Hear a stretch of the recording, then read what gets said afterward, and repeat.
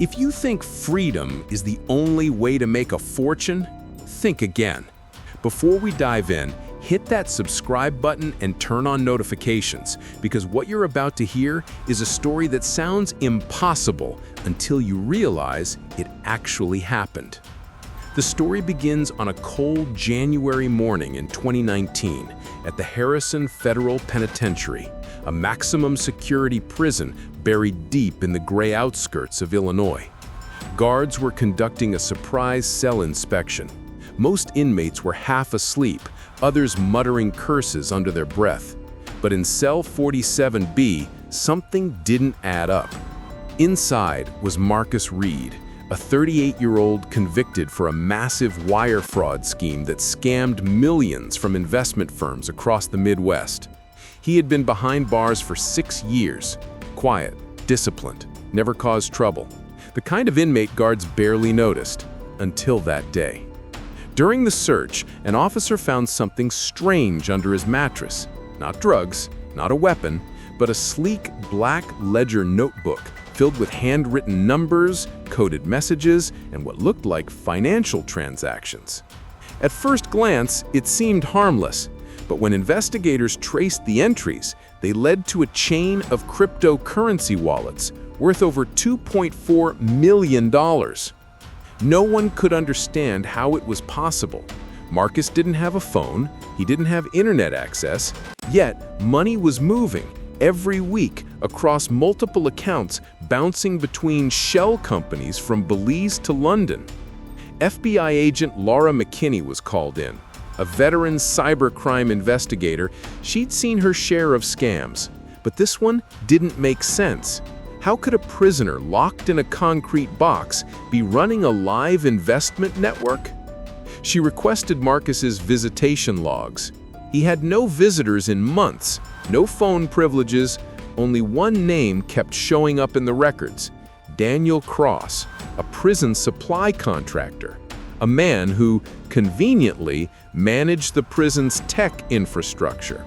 McKinney ordered a quiet background check. Within hours, Daniel's financials started to unravel. Offshore transfers, suspicious invoices, and emails routed through encrypted servers. Someone inside was helping Marcus move money. But how deep did it go? The more she looked, the stranger it became. Marcus's commissary account, where inmates buy snacks and soap, had thousands of dollars flowing through it weekly. Other inmates' accounts too. It looked like he was using prisoners as fronts, turning the prison itself into a money laundering hub. When McKinney finally confronted Marcus, he didn't deny it. He just smiled and said, "You don't need walls to control the world, just the right people." That line haunted her for days.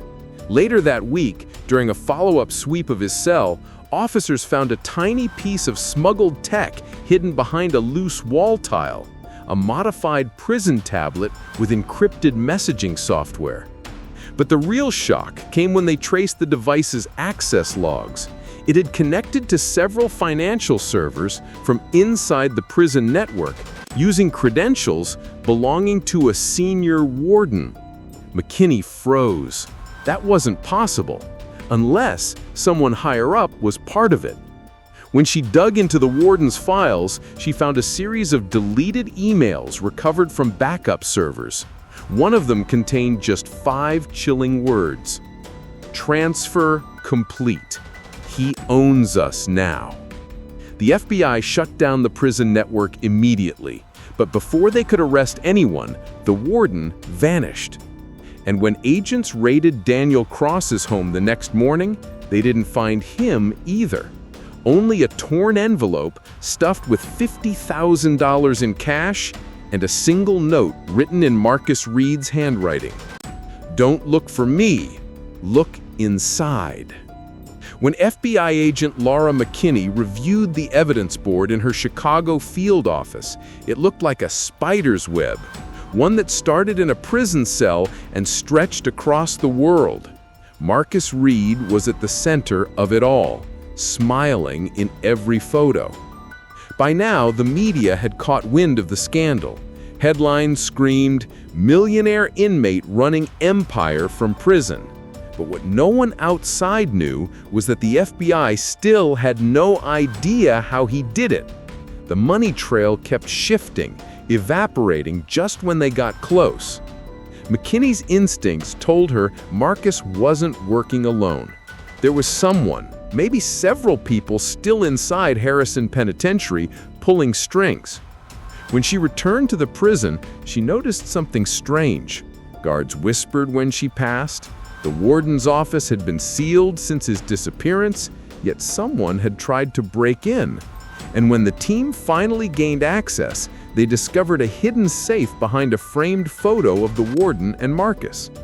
Inside were dozens of untraceable SIM cards, multiple fake IDs, and a hard drive labeled Project Eden. The files inside revealed a system so elaborate it didn't seem real. Marcus had created a digital investment fund disguised as a prison education program. Through the prison's computer lab, where inmates learned basic finance, he had quietly built an online trading network that spanned 3 continents. Every inmate in his group had a job. One managed crypto wallets, another processed small online transactions, and a third wrote automated trading scripts under Marcus's direction. They weren't just students, they were his employees. McKinney stared at the screen, horrified. The entire operation was running under the prison's network infrastructure. Marcus had effectively turned a correctional facility into a financial headquarters. But that was only part of it. Buried in the emails on the hard drive were encrypted messages between Marcus and an anonymous contact known only as Spectre. This person handled the money once it left U.S. soil. Their messages were precise, emotionless, and signed with the chilling tagline, "Freedom is leverage." When McKinney traced one of Spectre's IP addresses, it pinged from Zurich, Switzerland, and then vanished. She needed answers, fast. So, against her superior's advice, McKinney went back to Harrison to confront Marcus directly. He was in the common area, calmly reading a copy of The Art of War. When she sat across from him, he didn't look up. "Do you know what makes prison powerful, Agent McKinney? It's not the walls, it's the belief that they keep people out. But I built something bigger inside, something that doesn't need walls, guards, or loyalty, just greed." He leaned forward, lowering his voice. "You're chasing the wrong man. Spectre runs it now." McKinney's blood ran cold. "Who is Spectre?" Marcus smiled. "You've already met them." That night, when McKinney returned to her hotel, her laptop was already on. The camera light blinked once, then died. A new file sat on her desktop. No internet connection, no trace of remote access. The file name read, Project Eden, Continuation. When she opened it, her screen filled with spreadsheets. Real-time trades still happening across international accounts. Harrison Penitentiary was offline. Marcus was isolated, and yet the numbers kept moving, growing. Someone else was running it now. And at the very bottom of the document, one last message appeared as if typed in real time. "You stopped Marcus.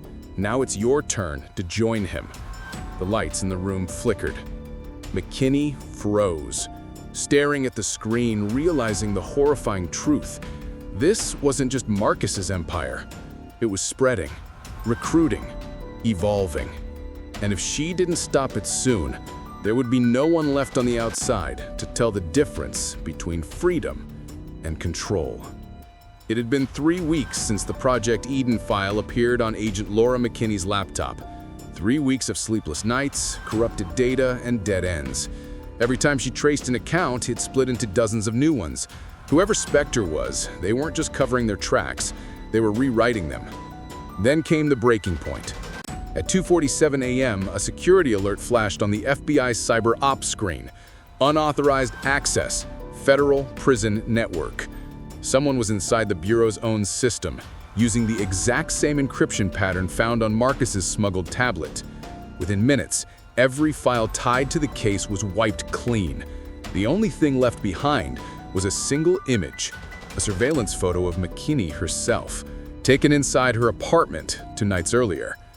That was the moment she realized she wasn't hunting Marcus.